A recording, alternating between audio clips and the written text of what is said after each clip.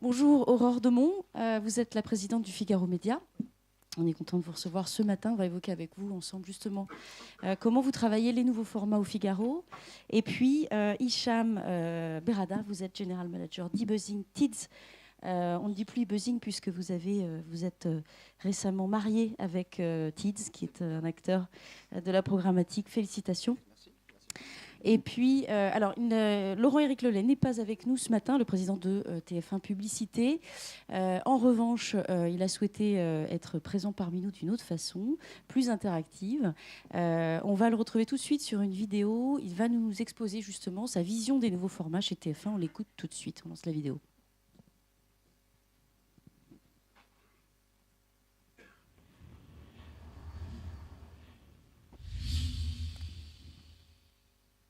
Bonjour à vous tous, bonjour Marion, Aurore, Hicham. J'aurais aimé être avec vous, mais je ne voulais pas rater ce day, et donc par caméra interposée, je voulais partager avec vous notre vision à TF1 des nouveaux formats. TF1, un acteur incontournable de la télévision, a dans les derniers mois et les dernières années accéléré sa diversification sur un grand nombre d'écrans. Quel avantage concurrentiel cela procure à vos annonceurs? Écoutez, l'expérience de TF1, on l'a prolongée sur tous les écrans afin de pouvoir s'adapter aux habitudes de consommation des téléspectateurs. En fait, notre propos il est assez simple, c'est qu'on diffuse sur l'antenne de TF1 des émissions qui sont très, très intéressantes, très puissantes, et beaucoup de nos téléspectateurs souhaitent le consommer soit en direct sur l'antenne, soit de manière, comme on l'appelle, délinéarisée, sur d'autres écrans, en replay sur la télévision, sur les tablettes et sur les mobiles. Et donc il nous est semblé tout naturel de pouvoir proposer cette expérience à nos annonceurs qui, de cette manière-là, peuvent toucher nos téléspectateurs de différentes manières. J'imagine que ça a mis un certain temps à pouvoir les emmener vers ces nouvelles opportunités. Je crois qu'ils sont tous très intéressés justement de pouvoir tester, de pouvoir expérimenter ces nouvelles formes de diffusion des messages publicitaires vidéo. On essaie d'être très créatif. On va proposer pour la prochaine Coupe du Monde ce qu'on appelle le native advertising. C'est en fait la possibilité, vous savez, il y a beaucoup d'annonceurs qui vont communiquer autour de la Coupe du Monde, parce que souvent ils sont sponsors de la compétition, sponsors d'une équipe ou tout simplement équipementiers. À cette occasion-là, ils produisent énormément de contenu. Et ce contenu, ils ont envie de le diffuser, ils ont envie de le partager, ils ont envie de le faire savoir. Et bien entendu, nous, on va leur proposer de pouvoir s'insérer dans nos dispositifs digitaux et multi-écrans. Très bien. Dans une étude récente, on avait comme information que plus de 40% des contenus partagés sur les réseaux sociaux viennent de médias comme TF1. Est-ce qu'on parle d'un rapport de force? Est-ce qu'on parle d'une compétition ou plus globalement d'un rapprochement et du coup d'une complémentarité? Les réseaux sociaux, moi j'ai toujours tendance à les appeler de manière un peu comique la machine à café moderne. C'est vrai que ce sont des endroits où les téléspectateurs s'expriment assez librement. Donc de la même manière que dans la machine à café ancienne, ils avaient tendance à parler beaucoup de télévision, dans la machine à café moderne, ils continuent à parler de télévision. Donc nous, on voit régulièrement s'afficher des records de tweets, par exemple, autour de nos émissions phares, comme The Voice, comme Danse avec les stars, comme les grands événements sportifs. Je pense que la Coupe du Monde fera également parler beaucoup d'elle. Donc pour nous, notre enjeu, il est tout simplement d'orchestrer ça et de mettre en place un certain nombre de dispositifs pour nos téléspectateurs et pour nos annonceurs afin de pouvoir contribuer de manière efficace au succès de nos marques et au succès de nos formats. Alors on a plein d'exemples, on gagne de nombreux prix sur nos dispositifs, on est en plein The Voice, donc comment ne pas citer le succès d'Amour à mort avec Cacharel. Et puis Nikos, qui est la star des stars de la télévision, mais également des réseaux sociaux. Il a encore été élu personnalité numérique de l'année il y a quelques mois. Très bien.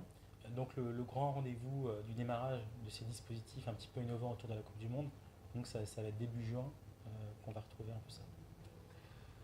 l'événement que tout le monde attend, la Coupe du Monde de football avec l'équipe de France, un tirage au sort prometteur, la grande fête du football sur les terres du Brésil. Donc le groupe TF1 se devait d'être présent à travers ce rendez-vous. Donc ça va être les plus belles rencontres qui vont être diffusées sur l'antenne de TF1. Il y en a 29. Et puis, c'est également tout ce qu'on peut faire autour. Alors on peut faire énormément de choses. Je pense que ça va être la véritable première Coupe du Monde dite second écran.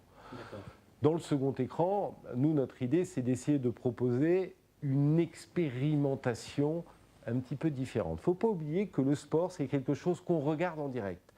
Il y a moins de replay sur le sport parce que quand on connaît le résultat du match, généralement, on ne veut pas le regarder. Donc nous, notre enjeu sur le second écran, ça va être de proposer des contenus intéressant qui soit capable d'intéresser le téléspectateur en même temps qu'il regarde le match. Pour ça, on va proposer un multicam qui va être très innovant. Sur votre second écran, vous pourrez avoir des caméras qui vont être sur le banc des entraîneurs. Donc pendant que vous regardez le match, vous allez pouvoir voir Didier Deschamps, par exemple, ou l'entraîneur de l'équipe adverse ou le banc de touche. Il y aura 2 autres caméras qui vont être positionnées uniquement sur la star d'une des 2 équipes. Par exemple, si vous avez un match avec l'Argentine, on imagine que tout le monde a envie de voir Messi pendant toute la durée du match, et il y aura un feed dédié à Messi. Donc voilà, plein d'idées créatives qui vont pouvoir nous permettre de proposer des choses nouvelles, des choses différentes. Bien entendu, on proposera aux téléspectateurs de pouvoir revoir une action, de pouvoir la commenter, donc de pouvoir interagir avec elle. Je pense que cette Coupe du Monde aussi pour nous, c'est une manière d'accompagner la révolution technologique qui continue. On ne le dit pas souvent, mais moi je trouve que l'objet téléviseur, c'est quelque chose qui continue à avoir un progrès technologique phénoménal. Les écrans s'agrandissent, sont de plus en plus légers, de plus en plus fins, de plus en plus beaux. L'image est exceptionnelle et là, la 4K arrive. Et donc la 4K, une grande innovation technologique. Quelques matchs de la Coupe du Monde, il y en aura 3 qui vont être produits en 4K, dont la finale. Et donc on se devait, nous, TF1, de pouvoir proposer aux téléspectateurs de pouvoir vivre, en l'occurrence là ça sera revivre parce qu'on le proposera en replay, la finale de la Coupe du Monde de football en 4K. Très bien, beau programme. Merci beaucoup et bonne Coupe du Monde. Merci à vous et bonne journée à vous tous. Patron de la pub chez TF1. Vous aimez le foot, Aurore? J'adore. C'est vrai? C'est un peu mon truc, le foot, hein, comme toutes les femmes. Je ne sais pas si ça marche. Ça marche ou pas? Ça marche ou pas? Oui. Voilà. J'aime le foot parce que mes proches aiment le foot. On va dire ça. Est-ce qu'on peut faire un petit tour de table sur les formats justement que développe TF1 sur cette Coupe du Monde? On voit bien que en fait, c'est une opération qui est tout à fait ponctuelle, hein, qui est d'ailleurs assez lourde d'investissement pour le groupe TF1 très certainement, qui s'accompagne à la fois d'un nouveau flux vidéo en direct sur les matchs, on l'a vu, et puis une autre proposition de valeur sur la résolution en 4K. C'est innovant, ça va loin, voilà. Qu'est-ce que vous en pensez? Je trouve que tous les médias sont devenus extrêmement innovants dans leur façon d'appréhender les contenus et de les faire partager. Et ça, je crois que ça nous est commun à tous les grands médias du monde, hein, j'allais presque dire maintenant, puisque chacun a réinventé son modèle. La télévision est en train de réinventer le sien, la presse, là pour une grande partie, beaucoup réinventé, et même l'affichage le fait. Et en fait, l'enjeu, c'est de distribuer des contenus de manière différente, profiter de la capacité que nous pouvons tous avoir de produire des contenus quasiment sans fin, puisqu'en fait nous avons des très grandes rédactions pour le faire. Et puis quelque chose d'extrêmement important qui est faire interagir le public. Ce qu'auparavant nous ne pouvions pas faire. Nous avions au fond des informations qui étaient très descendantes, mais nous n'avions pas le retour. Et aujourd'hui, le retour que nous permet le digital donne des possibilités différentes. Et TF1 le fait très bien. Hicham, qu'est-ce que vous pensez de cette Coupe du Monde 3.0 presque de TF1? Je pense que Laurent Eric a tout à fait résumé la situation. Ce qu'il faut mettre en avant, c'est leur capacité à s'adapter et à s'adapter à ce type d'événement. Alors effectivement, TF1 est un acteur très actif sur le digital, Mais quand on parle de retranscrire des matchs de la Coupe du Monde, effectivement, ce qui compte et ce qui est important, c'est le côté live et non pas le côté replay. Parce qu'effectivement, on ne va pas regarder un match de foot en connaissant le score. Et donc, ce qui est effectivement intéressant, c'est leur capacité à aller créer des outils qui permettent d'interagir, de live tweeter pendant qu'on regarde un match, de pouvoir échanger avec des amis, de pouvoir voir des choses que finalement on ne verra pas à la télévision. Et ça aussi, c'est quelque chose qui est important. C'est que dans le digital, on peut jouer. On peut, comme le disait Laurent-Éric, on va pouvoir mettre une caméra sur un joueur en particulier. C'est intéressant. Alors qu'à la télévision, on ne peut à peu près pas faire grand-chose. On peut voir le match, on peut voir ce qu'on nous propose, mais on ne peut pas être acteur nous-mêmes. Et c'est ce qui est intéressant dans le digital, c'est le fait de pouvoir être acteur et de pouvoir jouer justement avec les événements. Et quand on arrive à jouer avec les événements, quand on arrive à s'approprier un événement, bah forcément, on est plus engagé, on le regarde plus, on commente plus, on partage plus. Voilà. Alors, on a tout de suite envie de savoir, évidemment, suite à ce que nous a dit Laurent-Éric Lelay, ce que vous faites, vous, au Figaro Média. Qu'est-ce que vous concevez aujourd'hui comme nouveau média pour attirer à la fois les annonceurs et puis maintenir votre audience, qui est assez élevée aujourd'hui. Je crois que vous êtes à... Oui, on peut le dire. Je partage quand même des très bons résultats avec mon ami de chez Prisma. C'est vrai qu'on a eu la chance hier d'avoir les résultats d'audience One Global, qui pour la première fois mesure l'audience globale des marques dédupliquée, quel que soit le canal. La première marque en France est Femme Actuelle, et il faut lui rendre hommage, parce que c'est une marque absolument magnifique. Et la deuxième, juste derrière, est une marque très différente, puisque c'est le Figaro. Nous sommes maintenant de très loin la première marque d'information, puisque dans notre marché, voilà, et nous sommes la première marque en France sur les CSP+. Alors quand on a dit ça, on a tout dit, au fond, on n'a surtout rien dit. C'est qu'est-ce qu'on en fait et quel est le bénéfice pour les annonceurs qui font appel à nous. En fait, moi, ce que je trouve très intéressant dans les interventions que j'ai vues précédemment, c'est qu'il y a deux sujets qui sont beaucoup revenus. C'est le côté... puisque le sujet, c'est quand même plutôt ce que peuvent en faire les annonceurs. Le directeur de la communication qui veut devenir son rédacteur en chef, ça c'est très vrai, on le vit tous les jours. Mais rédacteur en chef de quoi ? Et en quoi est-ce que le contenu des marques de production est intéressant ? Et c'est là que nous, on va venir apporter quelque chose. Et puis la deuxième chose, c'est le contenu is king. Ça, c'est vrai pour tout le monde. Nous, qu'est-ce qu'on a comme métier, en fait ? On a un métier qui est la production de contenu. Il y a quand même un très, très grand savoir-faire reconnu des groupes médias pour produire du contenu. Pourquoi ? Parce qu'au Figaro, il y a 500 journalistes. C'est la plus grande rédaction privée de France. La première étant le service public. On arrive juste derrière. Nous produisons l'intégralité de tous nos contenus. Ne faisons pas appel à des tiers extérieurs. Le deuxième métier que nous avons et que nous mettons au service des annonceurs que nous rencontrons, c'est adresser ces contenus. Parce qu'on a vu des exemples aujourd'hui qui sont très intéressants. D'ailleurs, moi, j'ai envie de travailler avec tout le monde. Ça montre à quel point notre métier a changé. Mais la capacité qu'ont les médias, c'est ensuite de pouvoir distribuer ces contenus. Et nous, aujourd'hui, les plateformes de distribution que nous avons, elles sont bien sûr print, nativement, mais aussi beaucoup digital et multicanal sur le digital. Aujourd'hui, le groupe Figaro Média, c'est 30 millions de contacts par mois, 60% de la population française. Donc oui, nous créons du contenu et nous avons la possibilité de le distribuer, ce qui fait aussi une différence très importante. Et puis le troisième point fort, je pense que nous avons, c'est la capacité d'engager ces contenus. Et c'est là qu'arrive la puissance de la marque. Parce que le métier aujourd'hui que l'on fait et qui change, c'est de transférer la relation qui existe entre notre marque média et nos lecteurs internautes avec le public de l'annonceur qui vient nous voir. Et au fond, l'enjeu pour la Société Générale, c'était comment est-ce qu'on fait pour que les potentiels clients de Société Générale aient confiance au travers de la confiance qu'ils ont déjà dans la marque Figaro.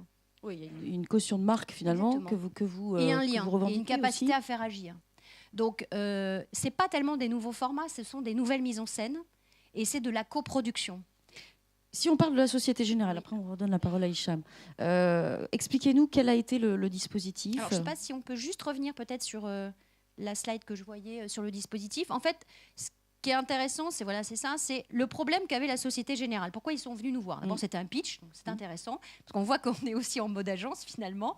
Et le problème de la Société Générale, c'était que le CLEM, c'est l'esprit d'équipe, c'est un CLEM qui a 3 ans. Comment on fait pour le renouveler et comment on fait pour le nourrir ? Eh bien, nous, c'est là qu'on agit, puisqu'il y a plusieurs thématiques qui sont abordées. Et l'idée, c'était d'apporter du contenu, de créer du contenu et de mettre en scène le contenu de la Société Générale. Donc, deux biais. D'abord, qu'est-ce qu'on peut dire d'intéressant? Et c'est là que la rédaction intervient. Donc, on a produit, c'était une opération sur 4 mois. Tous les jours, on mettait des articles en ligne et de la vidéo. Et le thème était « Faisons intervenir des gens qui ont l'esprit d'équipe dans des métiers et des univers différents, aussi bien celui de l'économie que celui du sport, que celui de la culture. » Voilà, donc on prenait tous les territoires de la Société Générale. C'est là que l'aspect journalistique est important, parce qu'on a utilisé le réseau du Figaro pour trouver ces leaders d'opinion qui avaient fait quelque chose, pour les interviewer, pour les filmer et pour mettre en scène cette information qui est intéressante au-delà de la Société Générale. Mais la Société Générale vend aussi des produits. Donc il y avait une deuxième mise en scène qui était beaucoup plus dans les canaux traditionnels du média. Donc là, si je comprends bien, concrètement, c'est un pôle dédié au Figaro une plateforme qui a travaillé sur ces sujets-là. Alors, et développé, qui a déroulé le contenu. Des pôles, parce qu'il y a plusieurs métiers qui rentrent en scène. Le métier de production de vidéo, le métier d'interview, le métier aussi de production sur la presse, mais un point d'entrée.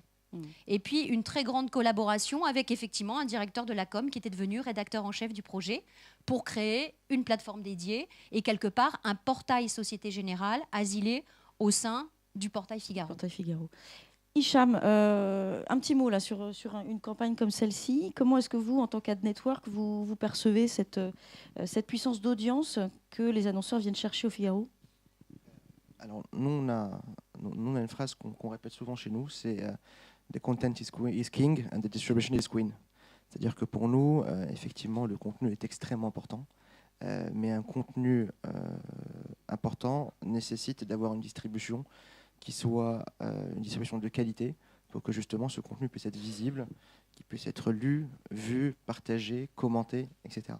Donc effectivement, voir le Figaro qui prend un dispositif de ce genre de A jusqu'à Z, c'est-à-dire la création du contenu, le suivi avec la marque, la diffusion sur le site du Figaro, je pense que c'est quelque chose qui est vraiment très important.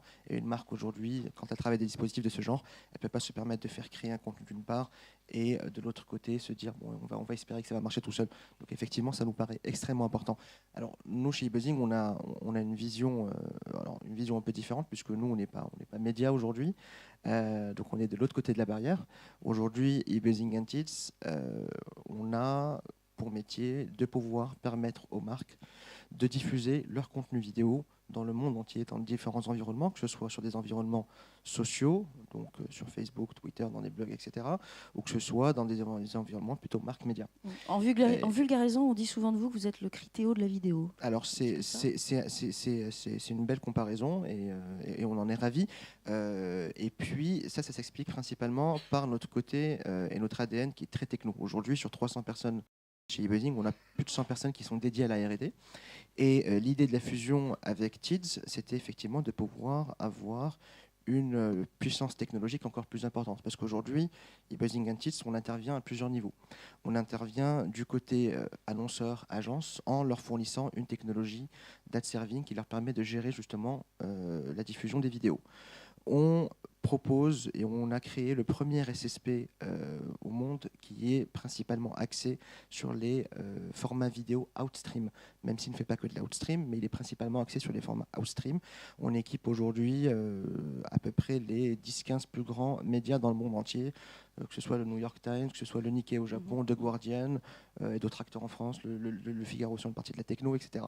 Donc aujourd'hui, en plus de tout ça, donc d'un côté, on fournit une techno aux agences pour gérer des vidéos, de l'autre, on fournit aux publishers une techno et un SSP pour gérer leur inventaire et yielder sur leur inventaire vidéo. Et en plus de ça, au milieu, on travaille avec eux en leur fournissant des campagnes vidéo, puisque c'est également notre métier, et qu'on génère plusieurs dizaines de milliers de campagnes par an. Donc, alors justement, la vidéo, tout le monde sait qu'aujourd'hui c'est un format qui ne cesse d'être à la fois innovant, en recherche tout le temps de nouveaux contenus finalement intégrés. Et pourtant, les internautes ou les mobinautes ne sont pas super réceptifs. Je pense à des pré-rolls un peu trop intrusifs. Qu'est-ce qu'on développe aujourd'hui de votre côté comme du vôtre sur des formats vidéo plus interactifs, plus voilà, ou en native advertising qui soit un peu plus déjà on voit qu'on a quand même des publics extrêmement captifs. Nous sommes passés en un an de 4 millions de vidéos vues par mois à 13 millions, avec un objectif de 20 millions à un an. Nous mettons en ligne maintenant 80 vidéos par jour. Donc on devient un acteur majeur de la vidéo, puisqu'on a créé même un portail Figaro TV. Donc on voit qu'on a un public qui est très captif. Donc l'enjeu, c'est toujours comment est-ce qu'on fait pour garder notre public et en même temps, parce que nous sommes aussi dans des enjeux de monétisation, pouvoir en faire profiter les annonceurs. D'abord, ça dépend par quel canal ils le consomment. C'est-à-dire s'ils sont sur le web, sur le mobile ou sur la tablette, la mise en scène n'est pas la même. Ça dépend aussi ce qu'ils consomment. C'est-à-dire que s'ils consomment une émission comme Figaro Scan, qui va durer plusieurs minutes, avec une grande interview d'un homme politique ou d'un grand industriel, il va accepter un format finalement proche de la télé en pré-roll. Si ce qu'il vient y chercher, c'est un espèce de zapping de la veille, forcément, il ne va pas accepter d'avoir plus de pubs que de contenu éditorial. Donc, on travaille beaucoup sur les formats vidéo. Et en fait, c'est beaucoup, comme toujours sur le digital, du test and learn. Où sont les points de rupture?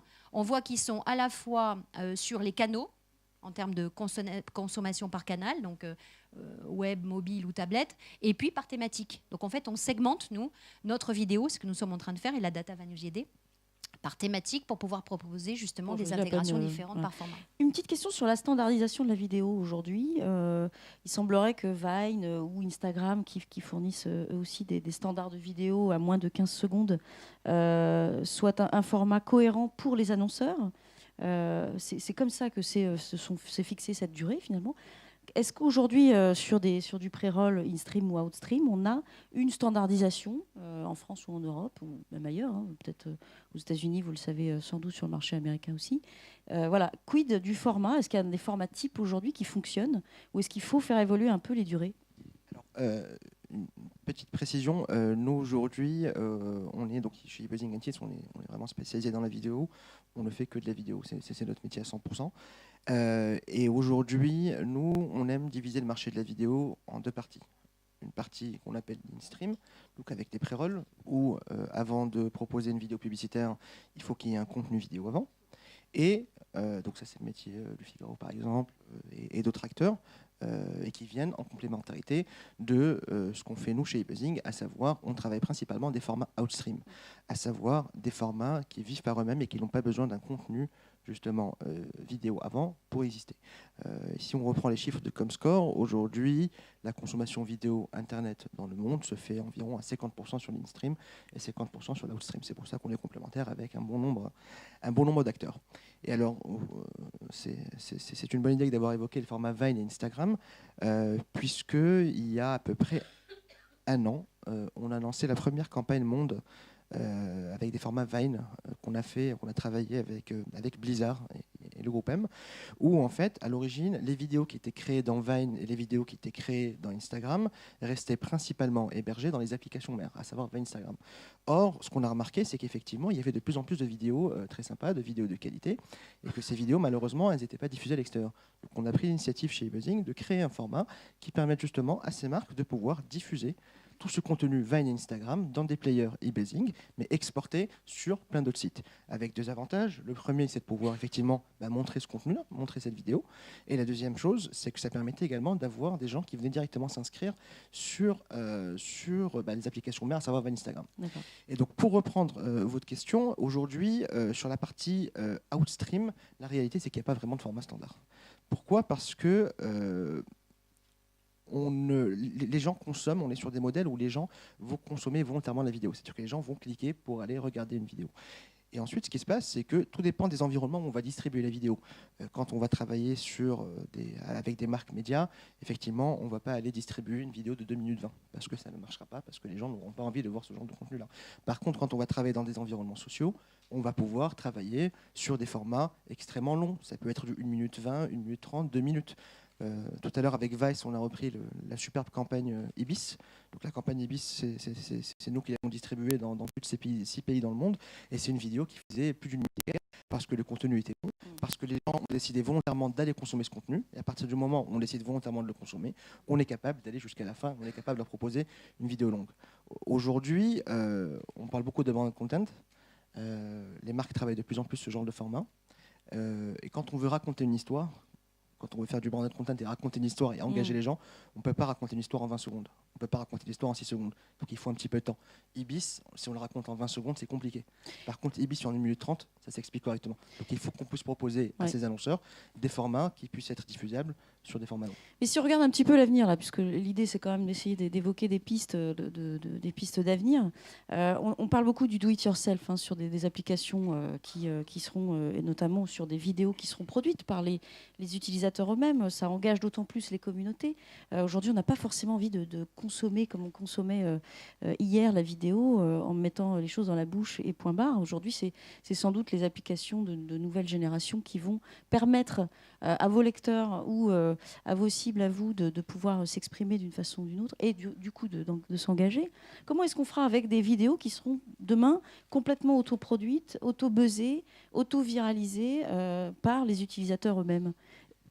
Alors aujourd'hui, en tout cas en reprenant l'activité d'e-buzzing, on travaille principalement donc avec des marques. Principalement, on ne travaille qu'avec des marques. Et aujourd'hui, la majorité du contenu, 100% du contenu qui est créé, c'est du contenu qui est créé par la marque. Alors soit en utilisant par exemple des youtubeurs qui sont très connus, donc il y en a pas mal, des Golden Moustache, des sociétés comme ça, où effectivement on a un côté un peu plus réel, mais c'est quand même maîtrisé par la marque, et c'est visionné par la marque, et le scénario est établi par la marque, etc. Donc c'est vraiment maîtrisé. Aujourd'hui, il me paraît compliqué de faire buzzer de manière seule une vidéo quand on est un particulier. C'est vraiment compliqué. Vous êtes d'accord avec ça, Aurore? Je peux être que d'accord, parce que je vois pas en fait... ce qui doit à chaque fois driver tout ça, c'est quel est l'intérêt pour le consommateur? Quel est l'intérêt d'exposer à des millions d'exemplaires quelqu'un qui fait un gâteau au chocolat? Il n'y en a pas. Quelqu'un qui saute en parachute, peut-être que non plus. Par contre, on voit que certaines marques, souvent c'est porté par des marques parce qu'il faut des moyens, quand elles font des choses exceptionnelles, même avec des particuliers, là ça marche. Donc là pour le coup, je ne vois pas trop... Non, Par contre, il y a plein de choses à faire nous deux. Parce que là, quand nous produisons des vidéos pour la Société Générale, il y a pas mal de choses à faire pour que, comme nous sommes propriétaires de notre contenu, pour que la Société Générale tire vraiment pleinement la puissance de ce qu'on peut produire pour eux en travaillant justement avec toi pour le mettre en scène à des plus grands... Je vous propose d'aller prendre un petit café juste après. On en serait ravis. Mais l'idée, c'est vraiment ça. L'idée d'e-buzzing à l'origine, c'est de pouvoir ravir les trois parties. C'est-à-dire, d'un côté, les marques et les clients en leur proposant des formats qui sont des formats non standards et qui sont des formats visibles. De ravir les utilisateurs en leur proposant des formats qu'ils peuvent choisir eux-mêmes. Et puis surtout, de ravir nos publishers avec qui on travaille au quotidien en leur proposant des formats qui vont leur permettre justement de pouvoir générer des revenus supplémentaires et des revenus incrémentaux sur des espaces qui n'étaient pas utilisés avant. Donc c'est vraiment ça. Il y a un vrai sujet, c'est le sujet de l'efficacité qui est très connu de tous les médias. Je vois Xavier Lam, on en parle beaucoup. Et je trouve que ça, c'est un vrai sujet pour le SRI parce que c'est un sujet qui nous est commun. C'est un sujet sur lequel, quand on se rencontre entre différents acteurs, on voit bien que les annonceurs ont à cœur de savoir à quoi ça sert, comment ça se mesure et qu'est-ce que ça fait.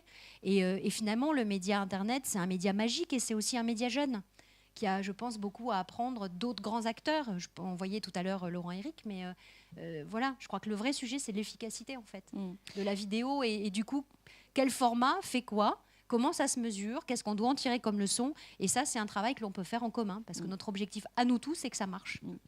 Si on parle objet connecté, demain, une vidéo sur, je sais pas, liée à mon application Nike Fuel Band ou sur un Jawbone avec un hologramme, par exemple, ça existe déjà en test. Comment on travaille ces nouveaux formats? Nous travaillons beaucoup sur les objets connectés. On a un très gros secteur d'activité au Figaro, qui est le secteur de la mode et de la beauté, qui nous demande comment est-ce qu'on pourrait... insérer du contenu, parce qu'en fait leur sujet c'est ça, c'est comment je fais pour produire mon contenu, et mon contenu doit être valorisant pour la marque et intéressant. Et là le Figaro a un vrai savoir-faire. Et bien comment nous pouvons mettre ce contenu accessible dans des objets connectés. Donc on a pas mal travaillé sur des sujets, sur les miroirs connectés, sur ce le qu'a fait lien... France Télévisions d'ailleurs aussi, je crois. Oui, alors là, nous, on travaille plutôt avec d'autres grandes entreprises qui, elles-mêmes, sont en train de se dire, est-ce qu'au fond, un objet connecté peut dans un autre lieu qu'un circuit de distribution normal, ça n'a pas un sens, à condition que je donne envie. C'est ça notre travail, la désirabilité. On travaille en ce moment sur des projets qu'on pourra révéler d'ailleurs au Digital Day du Figaro qui a lieu dans un mois et demi. D'accord, très bien. Et chez vous, alors, quid des objets connectés et du déploiement des campagnes chez eBuzzing aujourd'hui, on a pour volonté, c'est ce qu'on fait d'ailleurs, d'être présent sur tous les devices. Aujourd'hui, on diffuse des campagnes où on est sur du desktop, on est sur du mobile et des tablettes, on est évidemment sur des PC, on est sur des campagnes aussi avec la TV connectée. Vous êtes sur les Google Glass ou pas? Et si demain, justement, on en parlait tout à l'heure, et si demain, effectivement, un annonceur nous demande, évidemment, il faudra travailler avec Google main dans la main là-dessus, mais si demain, un annonceur nous demande de diffuser de la vidéo sur des Google Glass, pourquoi pas le faire? En fait, le gros avantage, effectivement, des objets connectés, c'est de pouvoir cibler un besoin à un instant T. Demain, pourquoi pas porter des Google Glass, traverser la rue, il est 12h30, on se dit que la personne va a priori aller déjeuner. Pourquoi pas que quand la personne traverse la rue, on lui passe la dernière pub de McDo en disant qu'il vient de sortir le Chicago à 4,99 €. Ou alors demain, pourquoi pas, dans une maison, dans son réfrigérateur, il y a aujourd'hui de plus en plus d'écrans qui sont connectés dans les réfrigérateurs. Pourquoi pas proposer à une personne une vidéo sur Leclerc qui fait une promotion particulière dans son drive. Voilà. Donc aujourd'hui chez eBuzzing, on a la volonté et puis on sera capable dans le futur de diffuser sur tous les devices. Maintenant, la réalité c'est que aujourd'hui c'est vraiment le futur. C'est vraiment le futur. C'est-à-dire que là, on est vraiment au stade de créer des objets connectés et de trouver un véritable intérêt, parce qu'il faut en trouver un intérêt. Aujourd'hui, les objets connectés, on voit de tout et on ne comprend pas toujours à quoi ça sert. Mais je pense que d'ici quelques années, on aura vraiment des catégories bien spécifiques. Et là, à ce moment-là, on pourra réfléchir à la partie médiatisation et diffusion. Merci beaucoup Hicham et merci Aurore pour ce panel et merci Laurent Eric à distance. Merci. On va rendre la parole à Vincent.